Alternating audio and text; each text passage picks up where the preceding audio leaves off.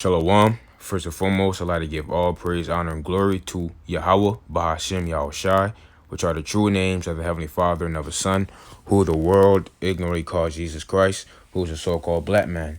Yahweh, Bahashem, Yahushai, Baruch to all the Akim out there that's pushing this truth and sincerity. While Yahweh, Bahashem, Yahushai, Baruch to all the elders out there who labor in the truth to tell us this truth.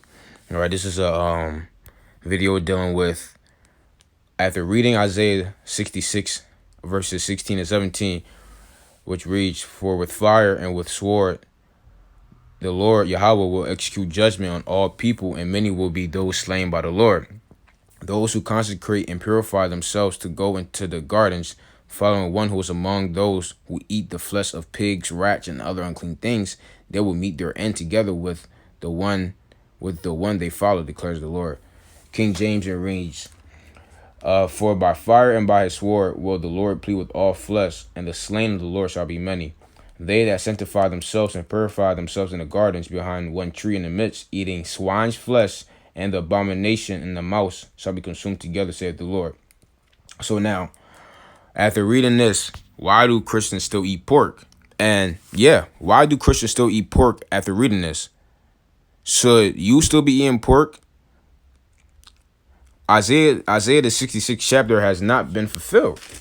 Okay, when you read Isaiah 66,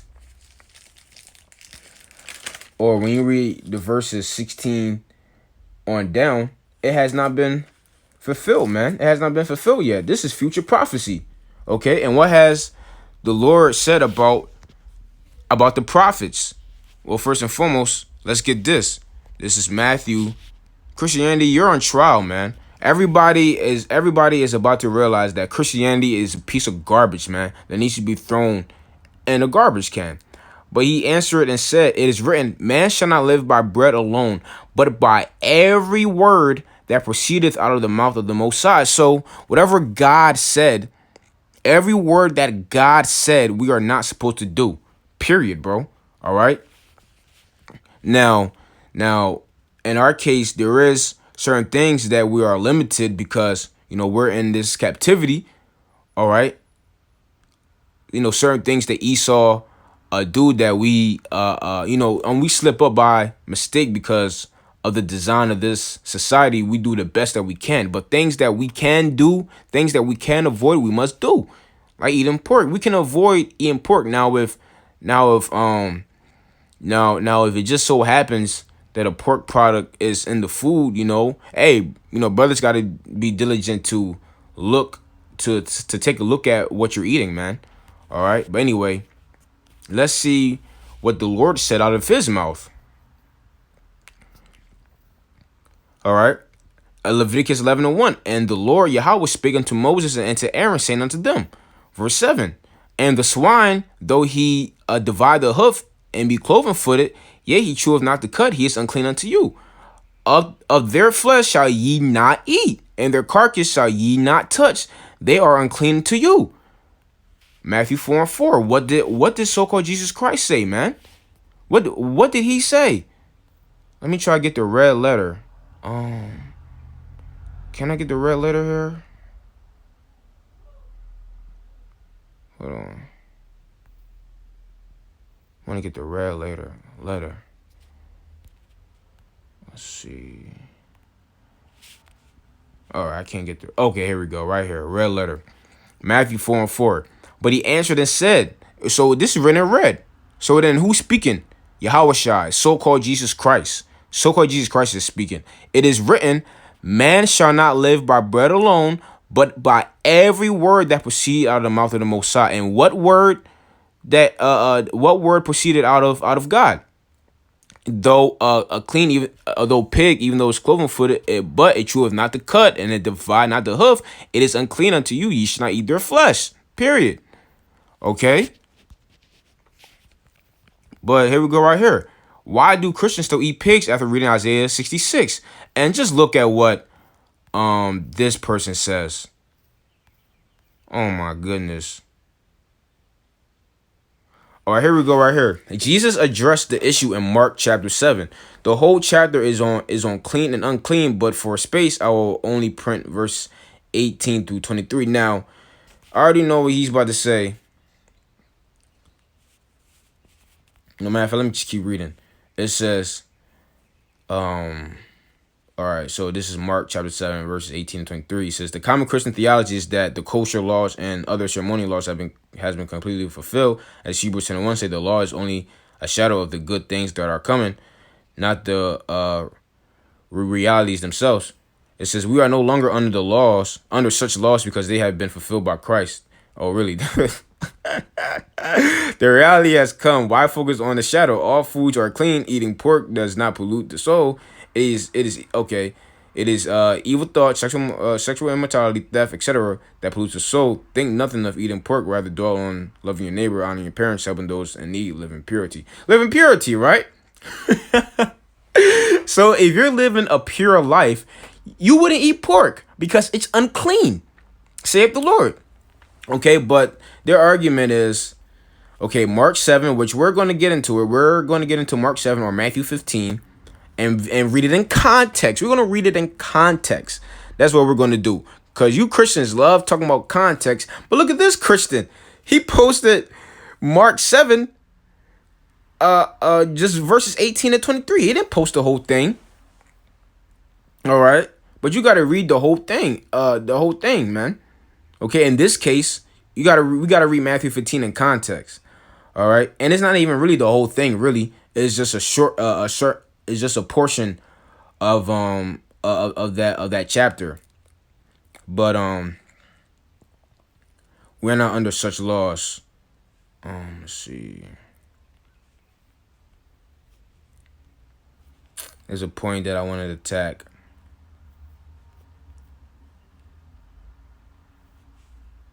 Oh, dang.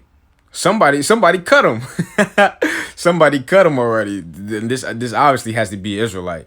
It has to be somebody, man. Somebody cut him. BJS wrote, you have taken the clean and unclean out of context here. Jesus here is not saying that eating pork or pig is okay to do, and he clearly did not declare all foods are clean. In fact, there were not even talking about clean or unclean animals. And also pork was not even a question here. They were talking about washing their hands, pots, and cups, in which was a tradition of the elders at the time. Well, this person here cut him. Oh, man. Cut him, man. Oh, man. That's crazy. But, yeah. But him saying this or this person saying that does not negate the fact that Isaiah the 66th chapter has not been fulfilled. Oh yeah, and he also said that Salat. He also said the common Christian theology is that the kosher laws and other ceremonial laws have been completely fulfilled, which is wrong. Let's get that. In the next chapter, let's go to Matthew 5. Because the law is not done away with. It's not the law of Moses. Okay, it's the laws of the Most High. All right, period. It's not Moses' laws. Okay, Moses didn't come up with the laws. Okay, the laws were around before Moses. But Matthew 5:17, think not that I am come to destroy the law or the prophets. I am not come to destroy, but to fulfill. You see? So think not that I have come to destroy the law or the prophets. I am not come to destroy, but to fulfill. Okay, he didn't come to destroy. He came to fulfill the law. Fulfill what? Let's get it.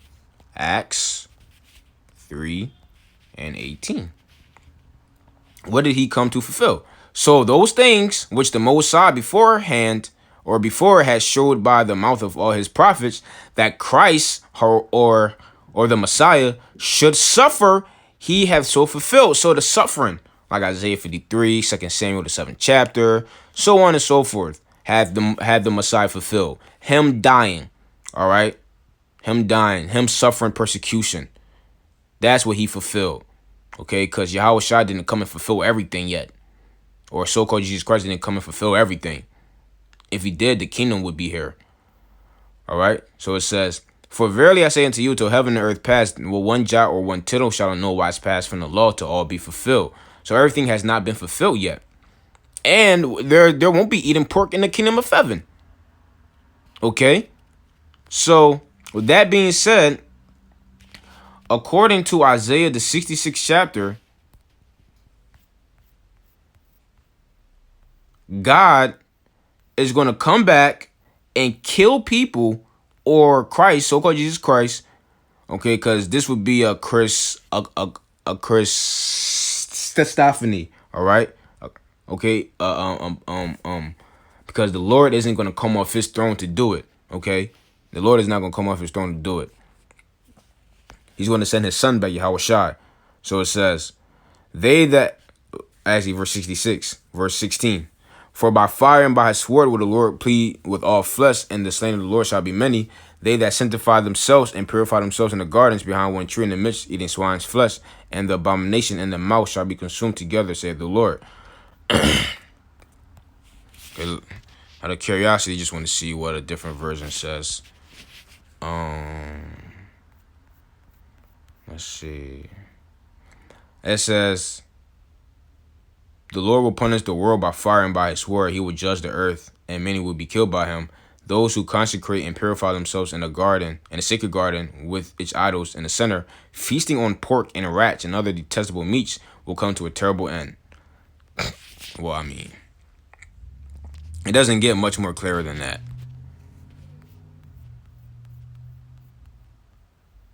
NIV. Those who consecrate and purify themselves to go into the gardens, following one who is among those who eat the flesh of the pigs, rats, and other unclean things, they will meet their end together with one they follow, declares the Lord. Hey, according to this, if you even follow your Christian pastor to eat pork, you're going to die. Matthew 15, if the blind leads the blind, both shall fall into the ditch. All right, so let's read Matthew 15 now. Which the guy already cut him on that. So this is Matthew 15:1. Then came to Yahweh Shai, scribes and Pharisees, which were of Jerusalem, saying, why do thy disciples transgress the tradition of the elders? For they wash not their hands when they eat bread. Context. But he said and answered, but he answered and said unto them, why do ye also transgress the commandment of the Most High by your tradition? So why are you transgressing the laws of the Most High? Because of your tradition. Because of your stupid traditions. Okay, because of your vain traditions, you are transgressing the laws of God. For the Most High commanded, saying, honor thy father and thy mother, and he that curses the father and mother, let him die to death. But ye say, whosoever shall say to his father or mother, it is a gift, by whatsoever thou mightest be profited by me, and honor not his father or his mother, he shall be free. Thus have ye made the commandment of God of none effect by your traditions. Ye hypocrites, you're a hypocrite. Well did Isaiah prophesy of you, saying, this people draweth nigh unto me with their mouth, and honoreth me with their lips, but their heart is far from me. But in vain they do worship me, teaching for doctrines the commandments of men. And he called the multitude, and he said unto them, hear and understand. Not that which goeth into the mouth defileth a man, but that which cometh out of the man, this defileth a man. What is he speaking on, man? The context is what? Why do thy disciples transgress the tradition of the elders, for they wash not their hands when they eat bread? Nothing in here speaks about pork or a ham sandwich. None of that. The context is washing hands. So if you take your dirty hands and eat a peanut butter and jelly sandwich with your dirty hands, and you eat it and you swallow it, it does not defile you. Okay? So that's what it's going into. Not that which goeth into the mouth defileth a man, but that which cometh out of the man, this defileth a man. Okay, let me skip down. Verse 16, and Yahweh Shai said, are ye not also without understanding? Do ye yet understand that whatsoever entereth in at the mouth goeth into the belly, and is cast out into the draught? But those things which proceed out of the mouth come forth from the heart, they defile the man. Let me skip down. These are things which defile a man, but to eat with unwashen hands defileth not a man. But to eat with unwashen hands defileth not a man. So for you to eat with unwashed hands does not defile you. But to eat pork does not defile you. That's not what it says there. Okay? In context. In context. We read the whole thing. Okay? All right, man. That's it. Lord willing, few brothers, few sisters were edified. Christianity equals death, man. But with that being said, shalom.